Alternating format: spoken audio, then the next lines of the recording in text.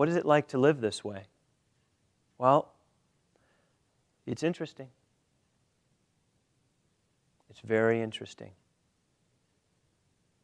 You can't have any expectations, that's for sure, because that would base it on knowing what's going on all the time. Hypothesizing is fun, but it's a, educated form of guessing, because you have an infinite number of variables. And you can say, well, I don't have an infinite number of variables. Well, that's because you're looking at a restricted space. And what makes us look out of that restricted space?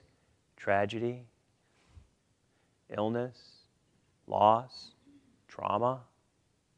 All of a sudden, I'm not in control. No, you never were in control. The only thing that you can, as an individual, control is how you interact in this space of order, giving up personal choice, doing what's in the highest good to the best of your conscious ability, and knowing that if you're able to practice that with all your heart, then you can be at peace with what that order, which is beyond your comprehension, brings, takes, gives, removes. You're at its mercy, and thank God it's merciful, very merciful. It's merciful when it brings death. It's merciful when it brings life. We don't understand it, okay?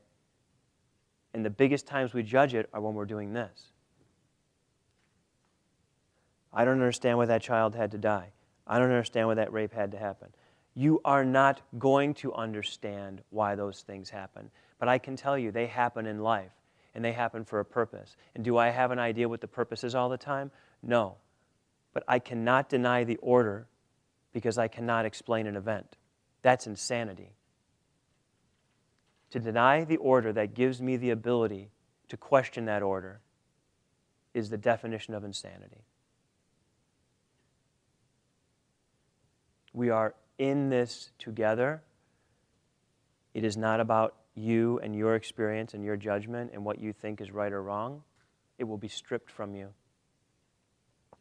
It is about harmonization with order, becoming a student, allowing experience to bring you what it needs to bring you so that you can practice being conscious and peaceful and loving and accepting and truthful with every one of those experiences that comes your way.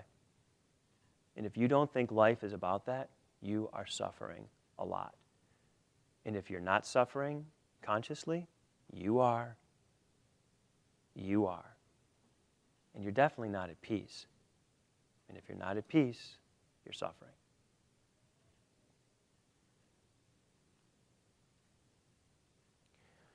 Let's go through an example. Let's take like a kind of a real life example that some of us may be familiar with, and it's one I use in the book. I'm just going to restate it and just kind of hash around it a little bit.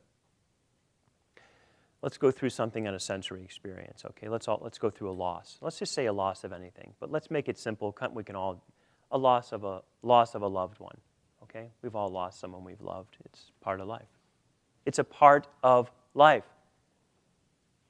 Why are we surprised when it happens? Why are we surprised when someone dies? Here's why.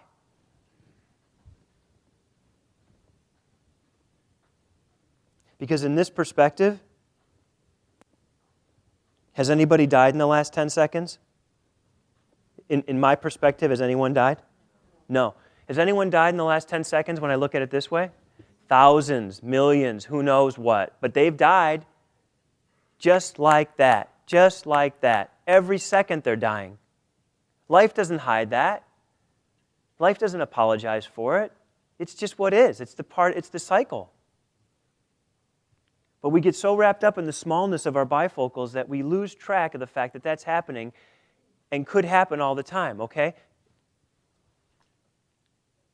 So if I'm wrapped up in this, okay, and Nancy's wrapped up in this, and we love each other really a lot, but we're wrapped up in this, how present are we to talk to each other like it's the last time we might talk to each other? A lot or a little? Thank you.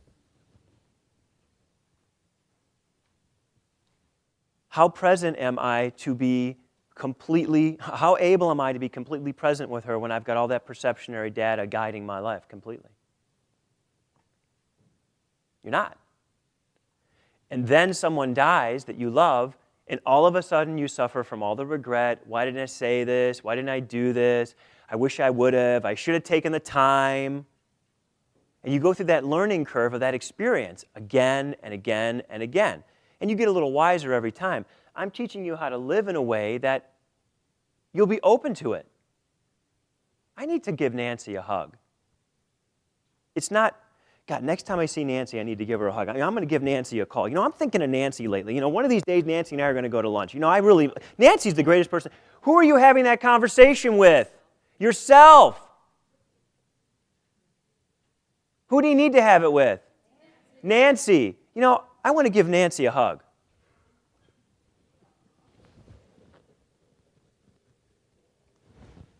I love you, Nancy. If I die 1 second later, do I have any regrets? No. Did I do what I was called to do? Yes. Do I need to grieve my relationship with Nancy? No. Do I need to be sad? No. I love Nancy, and Nancy knew I loved her, and if I drop dead tomorrow, Nancy knows that, and she can go, you know what? How much better could it have been? We hugged each other. He knew I loved him. I knew he loved me. That's as good as it gets. So you fear death because you don't live your life in complete presence. So you fear it's going to come, and you're not going to have done what you needed to do or what your heart really guided you to do, and you're going to learn from that. Don't get me wrong. There's nothing wrong with doing it that way. I'm just trying to give you instruction so that you can experience life without that unnecessary suffering of regret. Because the reality is the reality. How do you choose to live in that bigger space of reality? It isn't going to change. It isn't going to change.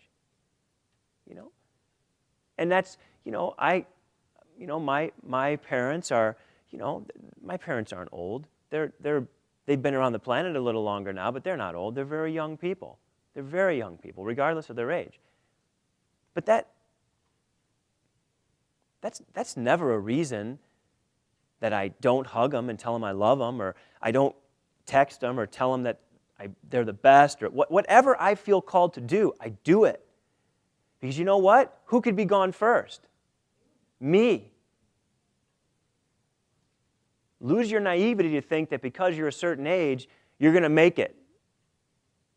This is an ongoing process. You could die at any moment, in the physical, let alone the way we're going to talk about it as we go forward. Let alone.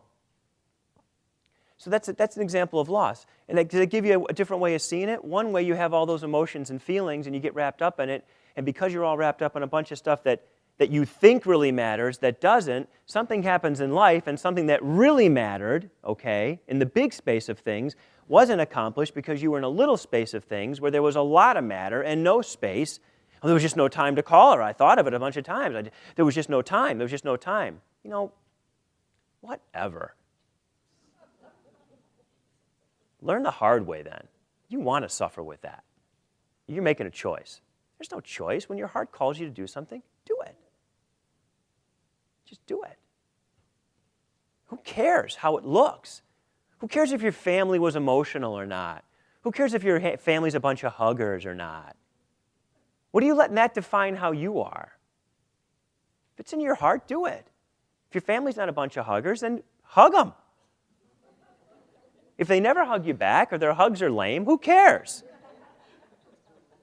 Because whose peace are you really hugging them for?